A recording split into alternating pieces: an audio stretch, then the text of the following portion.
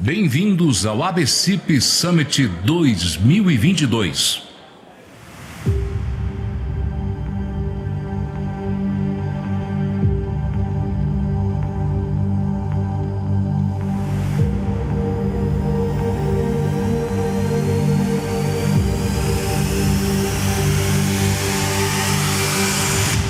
Há 55 anos, fortalecendo o crédito imobiliário no Brasil. Zela pela segurança jurídica e fortalece as garantias do negócio imobiliário. Protagonizou o esforço para a criação da alienação fiduciária do imóvel. Cria a maior base de dados de crédito imobiliário do país. Lança o índice de alta credibilidade de preço dos imóveis residenciais no mercado brasileiro. Qualifica a mão de obra especializada e impulsiona a carreira profissional. Certifica os profissionais do mercado de crédito imobiliário. Lidera a transformação digital dos processos. Impulsiona o crédito com garantia de imóvel. Decisiva na criação da LIG.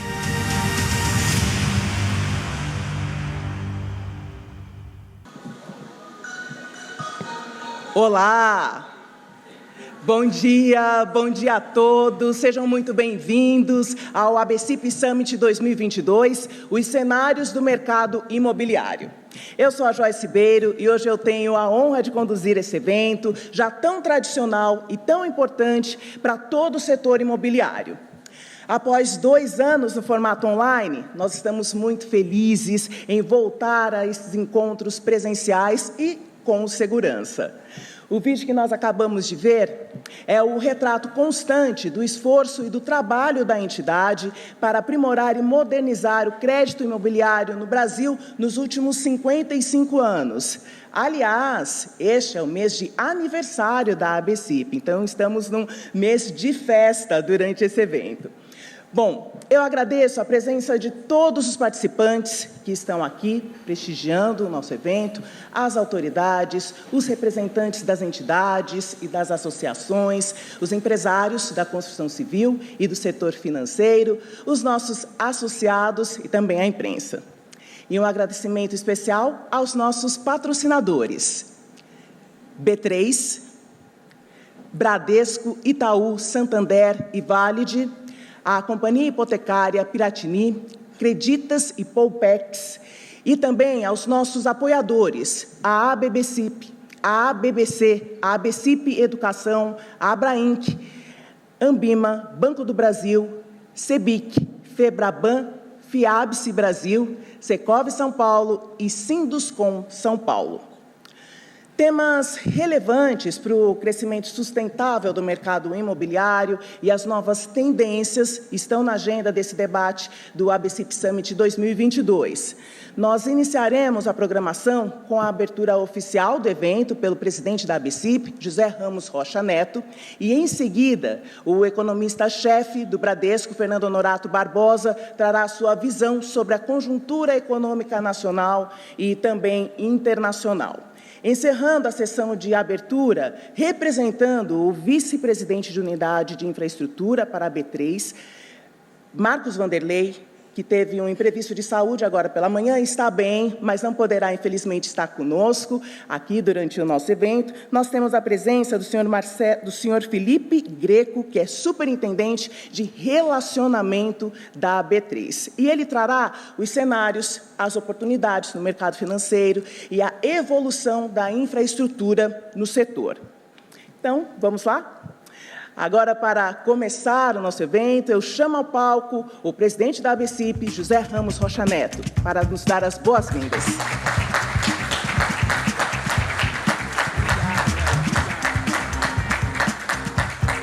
Muito bom, Joyce. Obrigado por estar aqui conosco, tá? Começou super bem. Bom dia a todos. Muito bom. Meus caros amigos, nós estamos iniciando mais um Summit da ABCIP, em sua 10ª edição, e no ano em que a gente está comemorando o nosso 55º aniversário. Nesse nosso encontro, a gente vai procurar discutir numa agenda personalizada temas que são muito relevantes para a cadeia de financiamento do crédito imobiliário, que é o setor considerado a locomotiva do nosso país. É com enorme prazer que recebemos nessa manhã convidados tão ilustres. Temos presentes autoridades, dirigentes de classe, dirigentes de empresas, economistas, companheiros do crédito imobiliário e jornalistas. Meu muito obrigado por estar aqui conosco. Eu gostaria de agradecer e destacar a presença do desembargador do Tribunal de Justiça de São Paulo, doutor Marcelo Berti, o diretor do Banco Central, o senhor Otávio Damaso, que estará conosco em breve, não é? O presidente da Abrainc, o senhor Luiz França, o presidente da CEBIC, o senhor José Carlos Martins, o presidente do Secov, amigo Eli, não é? E também gostaria de agradecer a presença de todos que se deslocaram para prestigiar presencialmente esse nosso encontro. Esse encontro ele já se transformou num marco de discussão de ideias voltadas para identificar caminhos e tendências do crédito imobiliário, da construção civil e do mercado de imóveis. Nós vivemos um momento importante e desafiador. 2021 ele foi o melhor ano da história do crédito imobiliário no Brasil. Eu lembro que no final do ano passado, quando a gente estava preparando os nossos orçamentos para 2022, nós trabalhávamos com um cenário preocupante e um PIB apontando para mais ou menos 0,5%. Mas o que a gente está vendo é que o setor imobiliário está acelerando e ajudando a nossa economia a se recuperar. E, nesse momento, a gente já está trabalhando com um cenário de 2022 que será o segundo melhor ano da nossa história. Nesse primeiro semestre, as operações do crédito imobiliário com recursos do SBPE e do FGTS, elas atingiram 113 bilhões de reais. E projetamos fechar o ano com um desembolso beirando os 250 bi, pouquinho abaixo do que foi o ano passado. Entre janeiro e junho, nós financiamos 542 mil unidades e, pela segunda vez na história, nós vamos ultrapassar a marca histórica de mais de 1 milhão de imóveis financiados em um único ano. Mas 2023 está quase chegando e temos um ano bem desafiador, tanto para a economia global quanto para a economia local. No Brasil, qualquer que seja o resultado das eleições, o crédito imobiliário ele vai ter um papel crucial no próximo quadriênio, viabilizando o acesso de milhões de famílias ao sonho da sua casa própria. Além disso, as nossas linhas de crédito estimulam a oferta de imóveis e o desempenho da construção civil, que tem um alto potencial de geração de empregos e de aumento de renda na nossa economia. Muito bem, nesse nosso primeiro encontro pós-pandemia, nós estamos experimentando uma jornada mais curta, mas já percebemos pelo interesse aí do público que certamente no próximo ano a gente vai voltar a dedicar um dia inteiro para esse nosso encontro. Nessa manhã, nós vamos focar em duas pautas. Na primeira delas, nós vamos tratar do financiamento aos imóveis residenciais, quais as suas tendências e o que devemos fazer para manter esse forte ritmo de crescimento. Na segunda pauta, nós vamos focar nas incorporadoras e os desafios para financiar as suas obras e entregarem produtos cada vez mais inovadores. O desenvolvimento do setor imobiliário ele vem se demonstrando firme, mas ele poderá ser ainda mais rápido se acelerarmos a implantação de mecanismos digitais nos registros imobiliários. Também não podemos esquecer que precisamos garantir a segurança jurídica nas nossas operações. Sem ela, o crédito vai ficar mais escasso e mais caro. Precisamos todos ter isso em mente e trabalharmos em prol desse horizonte, pois buscamos um crescimento sólido e sustentável, afastando aspectos meramente conjunturais e riscos de sequelas futuras. Bem, eu acho que eu já falei demais, não é? Vamos concentrar naquilo que nos interessa, que são os painéis e as apresentações que teremos nessa manhã. Aproveitando para agradecer aos nossos patrocinadores, agradecer a toda a equipe de apoio aqui que está organizando o evento, né? E principalmente a vocês que vieram prestigiar presencialmente esse nosso evento. Pessoal, meu muito obrigado, tá?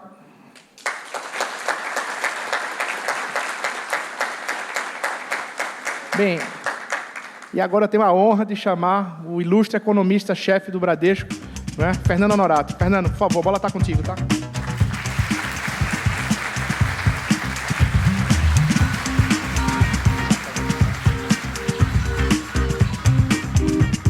Valeu, Rocha, obrigado.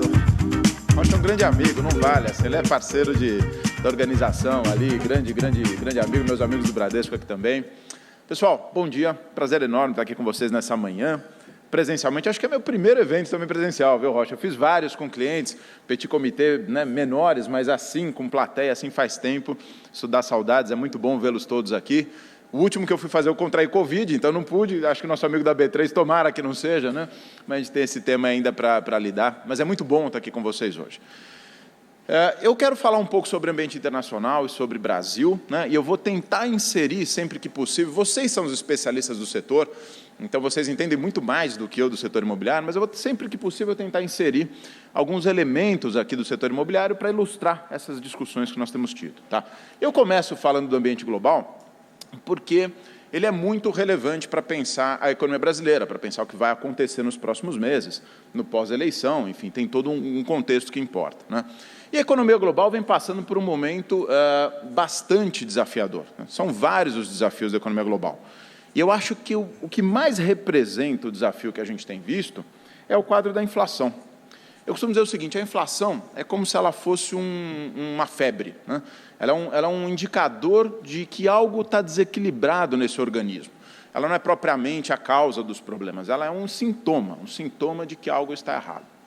E quando vocês notam nesse gráfico, a inflação nos Estados Unidos, na Europa, ali rodando a 10%, 9%, é a maior inflação em 40 anos.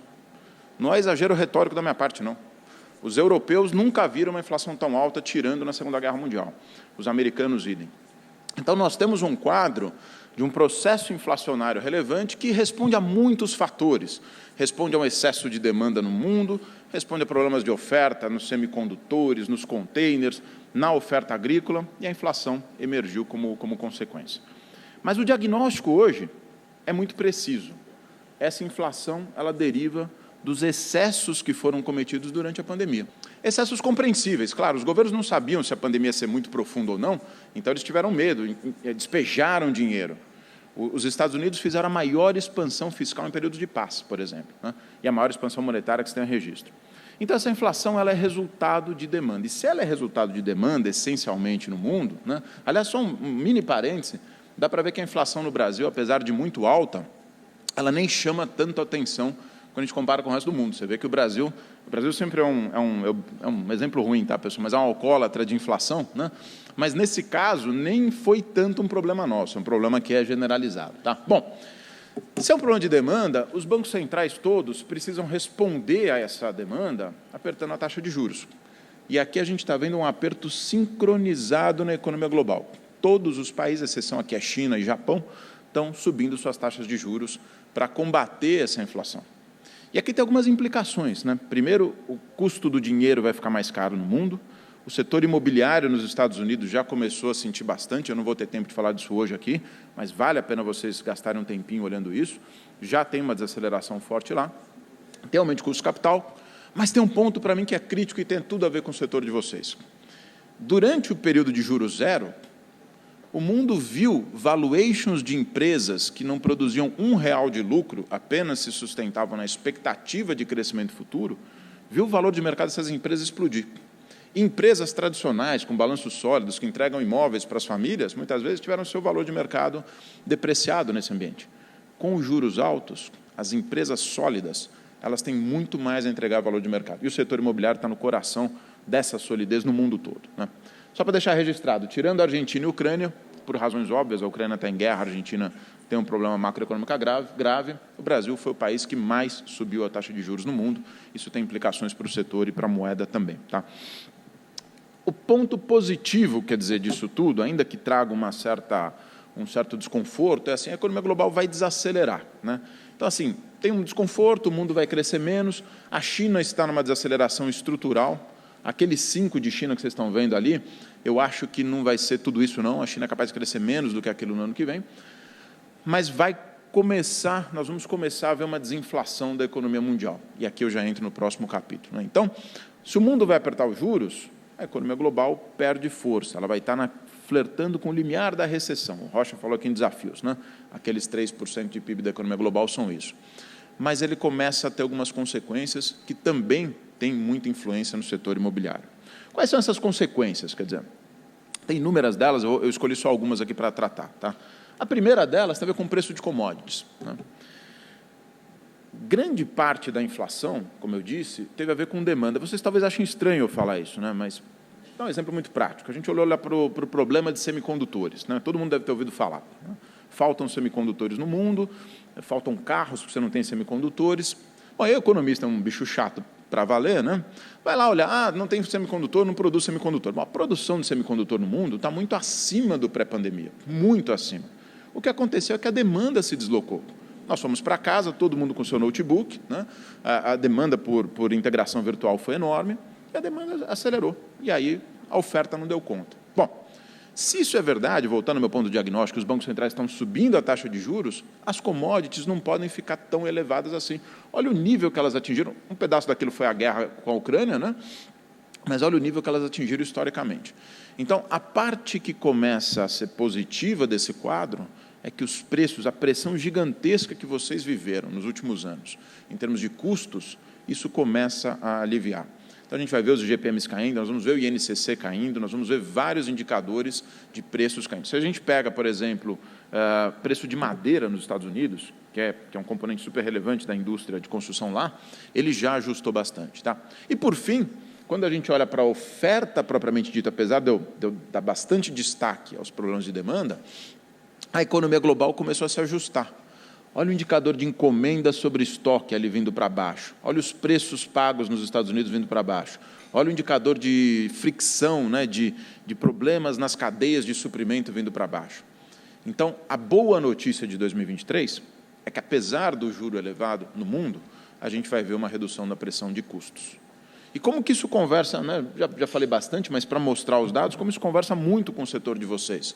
Quando a gente pega, por exemplo, o indicador da GV, do qual é o principal problema, ou qual foi o principal problema, né, para o setor imobiliário, ou qual tem sido, né, reparem que o custo da matéria-prima emerge disparado como principal item, muito mais do que, por exemplo, falta de materiais, equipamentos, ou mesmo de demanda. Então, um tema limitante, veja, o Rocha estava dando aqui os dados, né, eu vou mostrar também, de financiamento, foram anos muito bons, e apesar disso, os custos pressionaram muito. Então, se a partir de 23, né, quando a gente olhar um juro mais alto aqui no Brasil, a demanda talvez desacelere um pouco, por outro lado, quando eu penso no setor, na rentabilidade, na capacidade de vocês absorverem, né, nas margens, essas pressões e poderem serem competitivos em preços, isso vai acontecer porque os custos devem se reduzir. Então, esse mundo que vai desinflar é um mundo que ajuda o setor imobiliário. Bom, antes de eu passar para o Brasil, só fazer um breve parênteses aqui. Tem um tema geopolítico que nós estamos monitorando de perto, tá? Que emergiu com a guerra da Ucrânia e com a pandemia, né?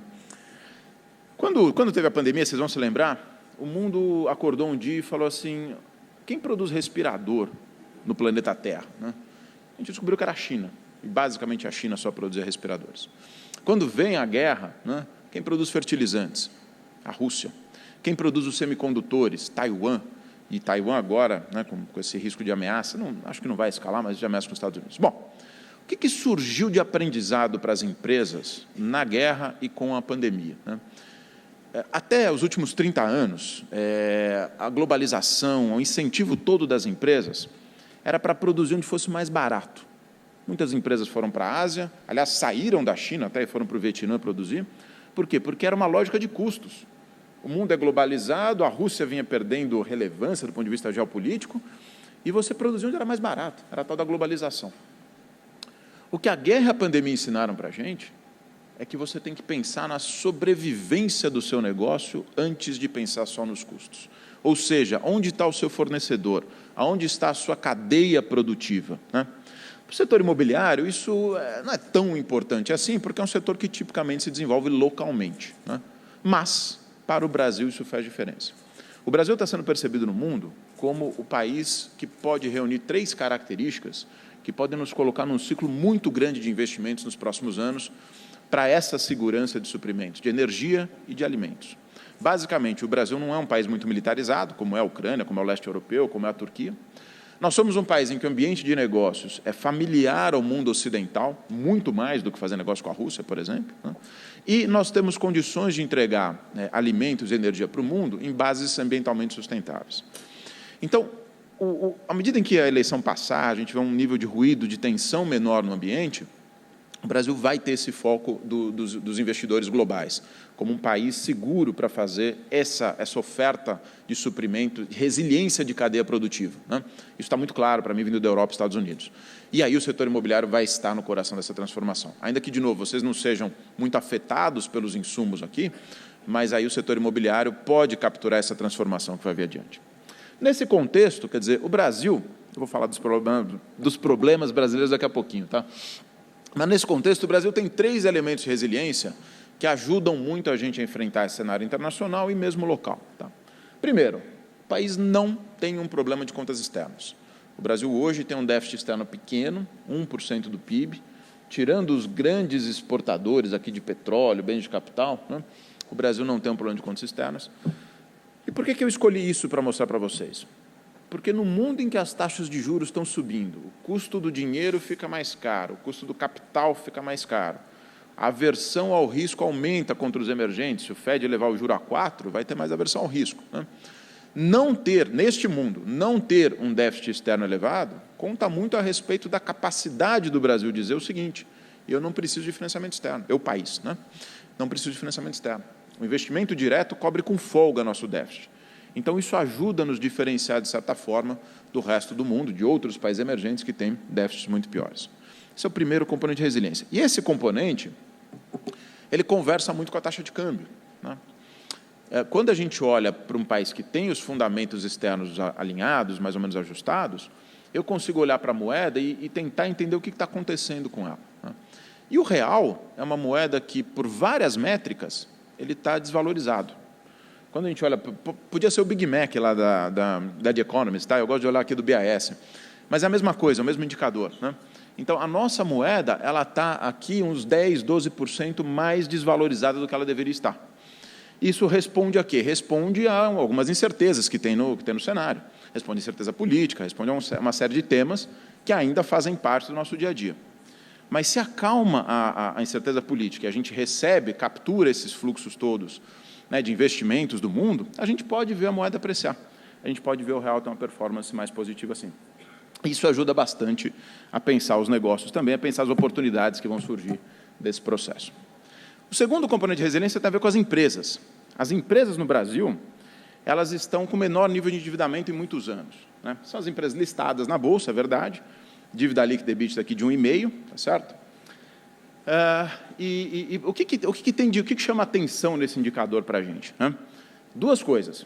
Primeiro, se as empresas estão pouco endividadas, elas têm um balanço robusto, é isso que o dado está mostrando, uma vez que a incerteza diminuir, a gente tem empresas prontas para investirem, para fazer o CAPEX, para aumentar a taxa de investimento delas.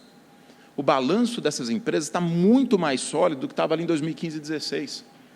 Em 15 e 16, por exemplo, quando o país começou a se reformar, reforma teto de gastos, trabalhista, ambiente de negócios, a própria Previdência depois, saneamento, Banco Central Autônomo, foram várias reformas, o país não conseguia crescer porque estava muito endividado. Agora não. Agora as empresas estão um pouco endividadas. Não estão investindo muito nesse momento porque o juro está alto, o câmbio está desvalorizado. Isso é o custo de investir no Brasil, torna isso caro, né? Você vai tomar um financiamento ou você vai comprar uma máquina, fica tudo muito caro. Mas a capacidade financeira, a capacidade de balanço de investir está presente. Então, esse é um segundo componente de resiliência muito importante, né? E ele conversa também com a ideia de que a alta de juros que o Banco Central fez, ela vai machucar menos as empresas e, portanto, a gente pode sair dessa desaceleração que a gente vai ter no começo do ano de forma mais rápida do que em outros episódios. A economia está mais leve. Esse é o ponto principal. E o terceiro e último componente de resiliência, pessoal, tem a ver com a demanda doméstica, né? E aqui tem tudo a ver com o setor imobiliário. Bom, a gente viu aqui, né, o país passar pela recessão, né, de 2016, ali, uma baita frustração. A utilização de capacidade da indústria mostra um pouco isso, né? Depois vem a pandemia. Olha onde está a utilização da capacidade da indústria hoje. Está lá em cima. E lembra, as empresas precisam investir. Elas não estão investindo tanto porque o custo está alto. Então, à medida em que você conseguir equacionar os problemas das contas públicas, o tema dos juros, esse investimento vai aparecer, porque precisa atender a essa demanda que está aparecendo por produção, pela capacidade instalada aqui do país. Então, claramente, tem um componente de demanda doméstica que está muito mais forte do que nós esperávamos no início do ano. O Rocha mencionou, eu tenho até vergonha de falar isso, depois vocês cortam isso aqui, tá? Mas, assim, a gente projetava um PIB de 0,5% no começo do ano, e o Bradesco era uma das casas mais otimistas do mercado. E o PIB vai crescer 2,5%. Foi uma baita surpresa de crescimento, muito ligado ao mercado de trabalho. O mercado de trabalho, o desemprego vai terminar o ano perto de 8%, é a menor taxa desde 2011. Nós estamos falando de criar, dependendo da métrica, se é média do ano, se é ponta do ano, ali é a média do ano, né? De criar alguma coisa como 4,5, 5 milhões de empregos nesse ano. Olha o setor imobiliário, olha por que os empréstimos imobiliários estão performando bem, né? Então, a demanda doméstica ela acelerou.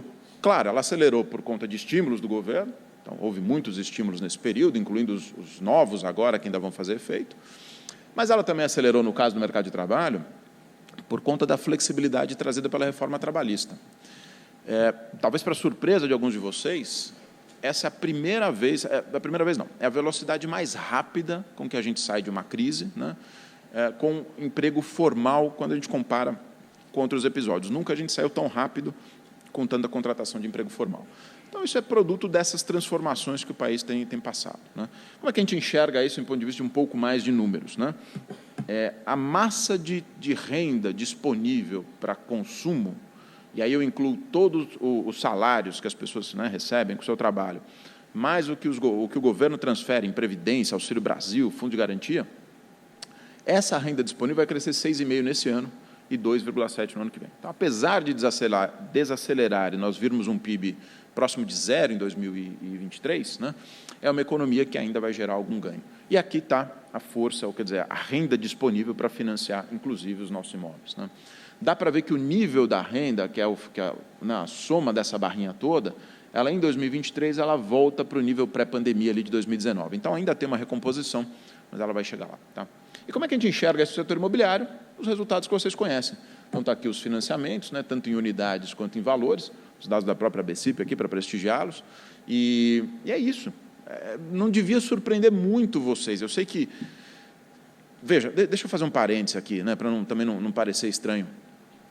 A desigualdade aumentou no país, a gente vê muita pobreza, né? Então a gente vê isso nas ruas, a gente vê o quanto que a pandemia foi cruel para muitas famílias, tudo isso é verdade, nada aqui que eu estou mostrando contradiz esses fatos, né? Mas o desemprego como um todo, ele caiu, e o desemprego para baixo ajuda muito o setor. Claro que aqui também tem um efeito defasado da Selic, a Selic mais baixa, mas foi um segmento que performou bem, tá? A gente, claro, vê alguma desaceleração em função aqui os dados de São Paulo, né? Você pega lá do Secov, os dados de lançamentos e vendas também muito bem até agora, né? Então, assim, é claro que a gente vê uma desaceleração, e eu vou entrar nesse último capítulo agora, meus 10 minutos finais. Mas, de um modo geral, o setor se mostrou muito resiliente, né? O aprofundamento de crédito dos bancos do setor imobiliário foi muito grande nos últimos anos, isso conta a respeito do potencial para o setor. Sem falar nos temas que a gente sempre mostra, né? Que é a capacidade o potencial de novas residências, né? A gente chama de home ownership nos Estados Unidos, né? A parcela de pessoas que têm a casa própria, isso é muito baixo no Brasil ainda e tem um potencial gigantesco, tá? Mas agora eu preciso olhar para o copo meio vazio da história, né? Então, mostrei o copo meio cheio, não tem jeito, tem que olhar para uma parte do copo meio vazio, mas prometo que eu não vou estragar amanhã de vocês aqui, não. Vamos lá. Parte do copo meio vazio tem a ver com o quê? Tem a ver com a economia, né? Com a economia, digo, com a atividade doméstica, né? Se nós estamos otimistas ainda até o final desse ano, e isso está bastante claro nos nossos dados proprietários, dos nossos colegas aqui do Itaú, do Santander, eu acompanho também, está acontecendo uma reversão dos índices de condições financeiras. O que é isso, né? É basicamente quanto custa o dinheiro no mundo, então as taxas de juros lá fora, quanto custa o risco Brasil, quanto custa o juro aqui, a bolsa, o câmbio, coloca tudo isso lá brinco na fábrica de salsicha, a gente sai com esse indicador aí vermelho que vocês estão vendo na tela, né? Vejam que ele conversa bastante bem com o cinza, que é o PIB, que é o IBCBR, né? que é o PIB brasileiro mensal do Banco Central. Bom, ele virou, né? Vejam que ele está no terreno negativo, no terreno de contração ali, né? Por que aconteceu? A Selic está 13,75, né? O Fed Fund está subindo os juros, o Fed Fund vai chegar a 4%, já se elevou bastante. O que esse indicador está dizendo para a gente é o seguinte: olha, está com cara que o primeiro semestre do ano que vem no Brasil, a economia vai perder fôlego, né? ela vai ter aquilo que a gente chama de uma certa recessão técnica, ali vai ficar perto do 0 a 0 ou até 2 trimestres de PIB negativo. É daqui que vem o nosso certo conservadorismo com o número de 23. A gente tem 0 de PIB para o ano que vem. Eu confesso que quando eu falo isso com as empresas, tenho feito muitas reuniões em conselhos de empresas nesses últimos dias, porque é a época de planejamento orçamentário, elas se surpreendem e elas dizem, olha, eu acho que você está muito pessimista. Então, eu primeiro preciso ficar atento a isso, né? Depois, nós tivemos uma reunião com o ministro Paulo Guedes lá, ele chamou alguns economistas para conversar, 2, 3 semanas atrás. Ele tem um ponto que eu acho que faz sentido. A economia brasileira está se transformando, tem mais setor privado hoje, menos alavancagem das empresas, como eu mostrei. Pode ser que os economistas estejam muito pessimistas com o PIB mesmo, eu não descarto essa hipótese. Mas a gente olha para os dados e fala, bom, está com cara que esse juro elevado ainda vai nos incomodar por um tempo. E por que o juro está tão elevado, né? E aqui vem o segundo problema da economia brasileira, né? Eu até no início falei, olha, o Brasil não chama muita atenção na nossa inflação comparado com o resto do mundo, mas a nossa inflação está muito persistente, está muito chata, está incomodando. A inflação de alimentos está destruindo a renda disponível das famílias, né? E aí tem um dilema hoje em dia, que é o seguinte, nós preparamos um regime de metas de inflação, que é muito bom, muito consistente, mas para um país que tem as regras fiscais em ordem, só para ser muito claro aqui. O Brasil só conseguiu ter inflação baixa, com juros baixos, que é esse período cinza aí, mais ou menos 2017 a 2020, antes da pandemia, tá? Nós só conseguimos ter inflação baixa, 3% ao ano em média. Com juro baixo, Selic rodava 6, 6,5%. Ali foi o mundo que produziu esses resultados que a gente coleta hoje no setor imobiliário, né? Quando as contas públicas estavam em ordem. Quando o ex-presidente Michel Temer coloca o teto de gastos em pé, quando o presidente Bolsonaro faz a reforma da Previdência, e a gente sinaliza para o mundo todo que, espera aí, aqui o governo não vai produzir inflação. O governo é um agente que deixou de produzir inflação. E deu certo até a pandemia. Aí vem a pandemia, absolutamente compreensível, o governo gasta mais no Brasil e no mundo, a inflação explode, né? E ela vai cair bastante. Para não contradizer o que eu falei no início, os custos de vocês, os custos de produção vão ceder. Mas ela vai ceder para um nível que ainda é desconfortável para o Banco Central. A meta de inflação do ano que vem é 3,25, contra um teto da meta de 4,75. Olha só, a gente está projetando inflação acima e o Bradesco é uma das casas mais otimistas com inflação no ano que vem. Então, qual que é o problema aqui? O problema é o seguinte, enquanto nós não tivermos clareza do próximo presidente da República sobre qual vai ser a regra fiscal que ele vai atuar, mais gasto, mais imposto, menos imposto, né? Essa incerteza paira no ar e mantém o Banco Central sob pressão para deixar a Selic alta por mais tempo. E aqui é o lado negativo para o setor de vocês. A chance da Selic ficar alta primeiro semestre inteiro do ano que vem é bastante grande.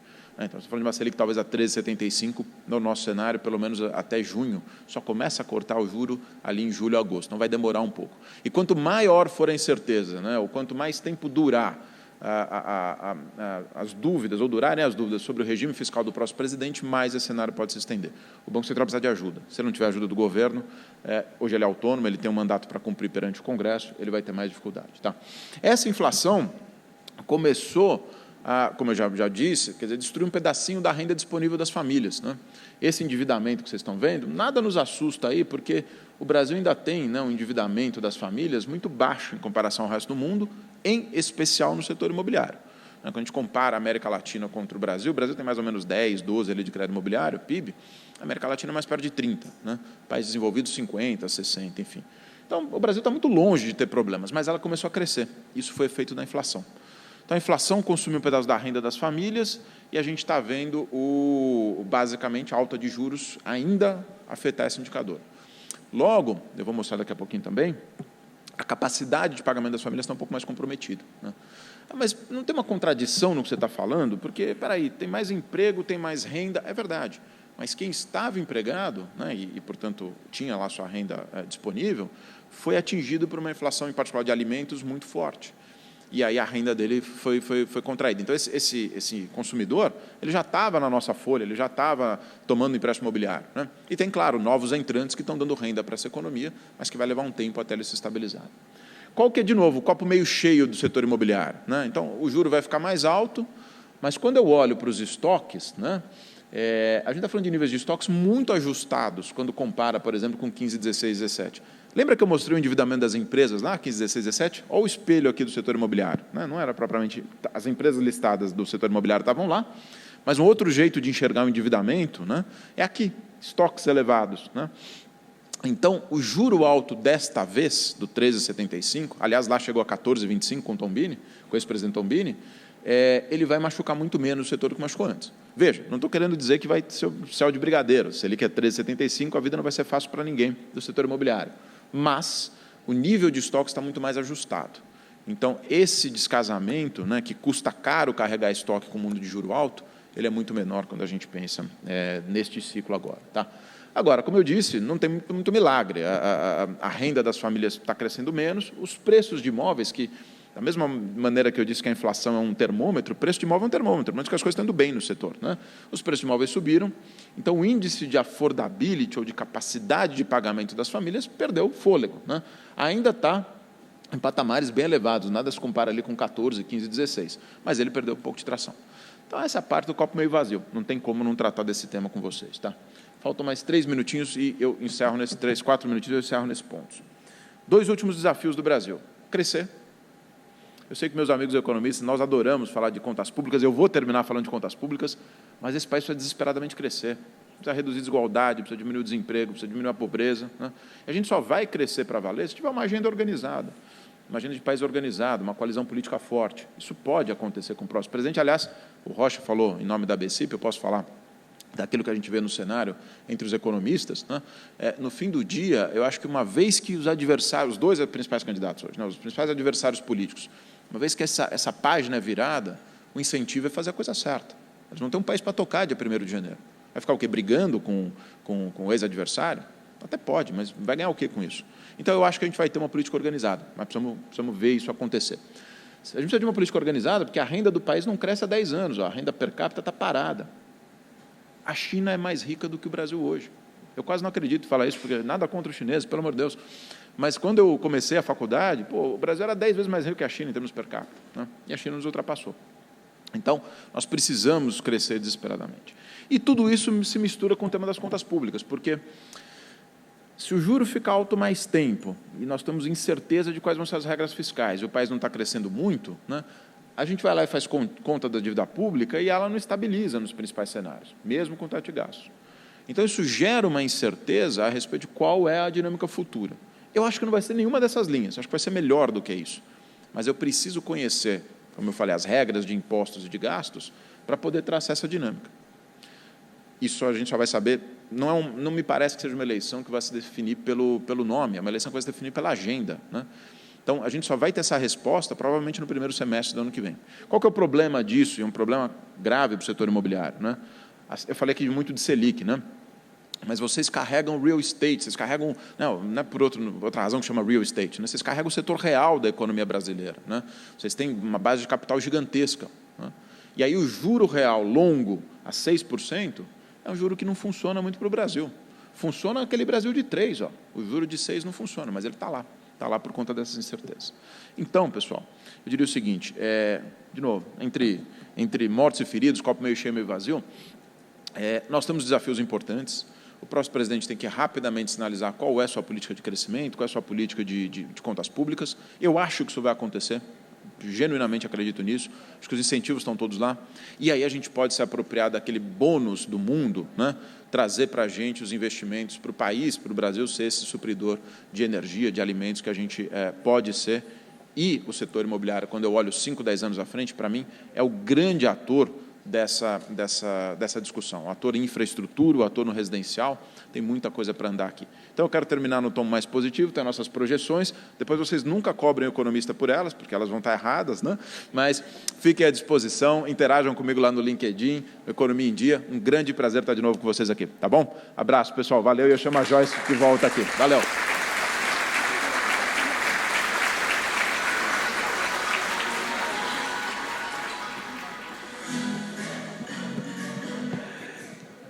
Muito bom, obrigada, Fernando Honorato, pela sua fala, por dividir conosco tantas informações. E agora eu chamo ao palco, representando o senhor Marcos Vanderlei, vice-presidente da Unidade de Infraestrutura para Financiamento da B3, o senhor Felipe Greco, que é superintendente de relacionamento da B3. Por favor.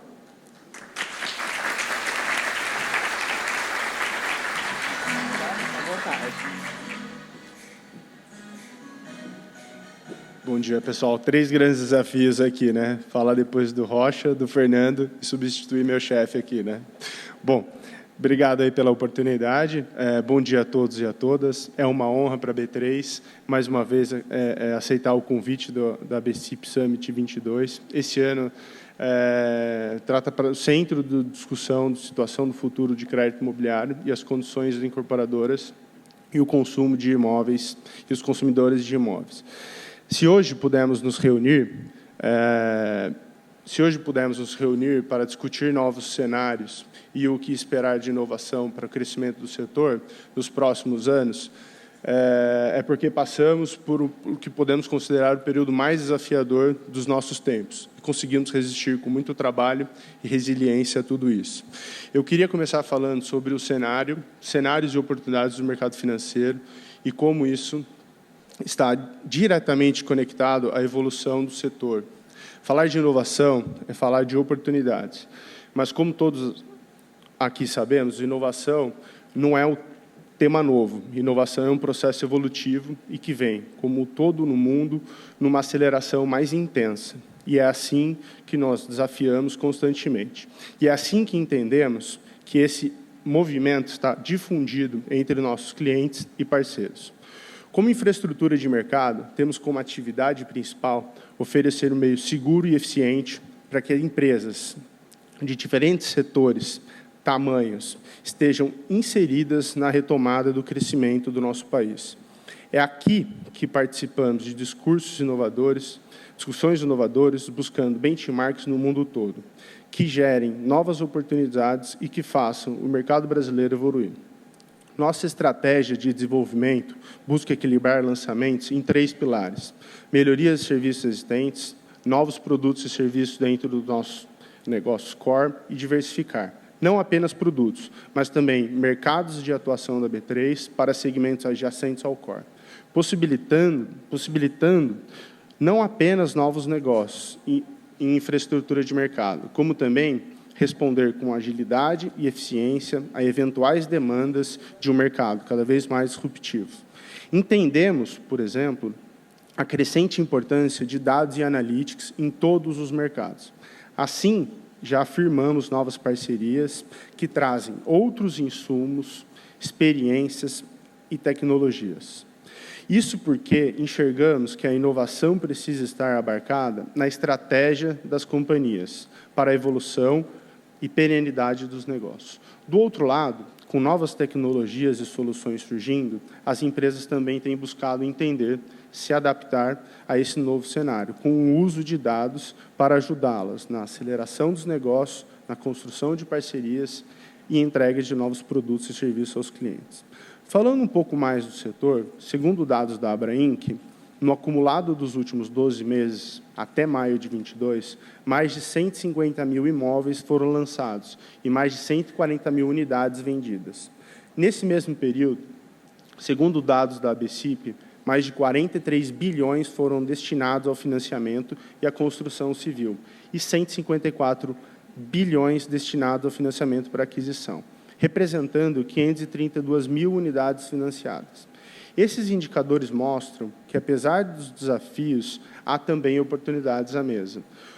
Podemos observar que o saldo de crédito imobiliário das famílias, em relação ao PIB, teve um crescimento expressivo até 2014, mas sim estagnou no patamar abaixo de 9% a partir de 2015, e ainda está bem abaixo da média internacional, que varia entre 20% e 70%. Esse dado demonstra uma enorme oportunidade de crescimento. Para apoiar o desenvolvimento do setor, atuamos em conjunto com o mercado, como infraestrutura, para encontrar soluções de diferentes etapas da cadeia para o crédito imobiliário. Como a gestão de recebíveis, o Block, encontramos juntos com os clientes, parceiros e associações uma solução para promover a organização do mercado de recebíveis imobiliários e que é fundamental para investidores e novas modalidades de captação de funding para o setor. Outras soluções, como a plataforma de gestão de garantia, registro eletrônico de imóveis, AVM Agro e AVM Urbano, são modelos de avaliações automatizados. Sabemos que estamos diante de um cenário ainda desafiador, resultado de uma combinação entre baixo crescimento econômico e elevação da taxa de juros, incerteza global e ano eleitoral que reduz naturalmente o apetite do investidor ao risco. Mas seguimos também olhando para as oportunidades. Queremos trazer conosco todos aqueles que buscam formas de continuar a ajudar a desenvolver a nossa economia e evoluções. A todos os presentes, saibam que podem contar conosco para impulsionar ainda mais o setor imobiliário e ajudar no crescimento do país. Agradeço mais uma vez à ABCIP por permitir que o setor se reúna para debater sobre as inovações, tendências e oportunidades. Obrigado a todos e bom evento.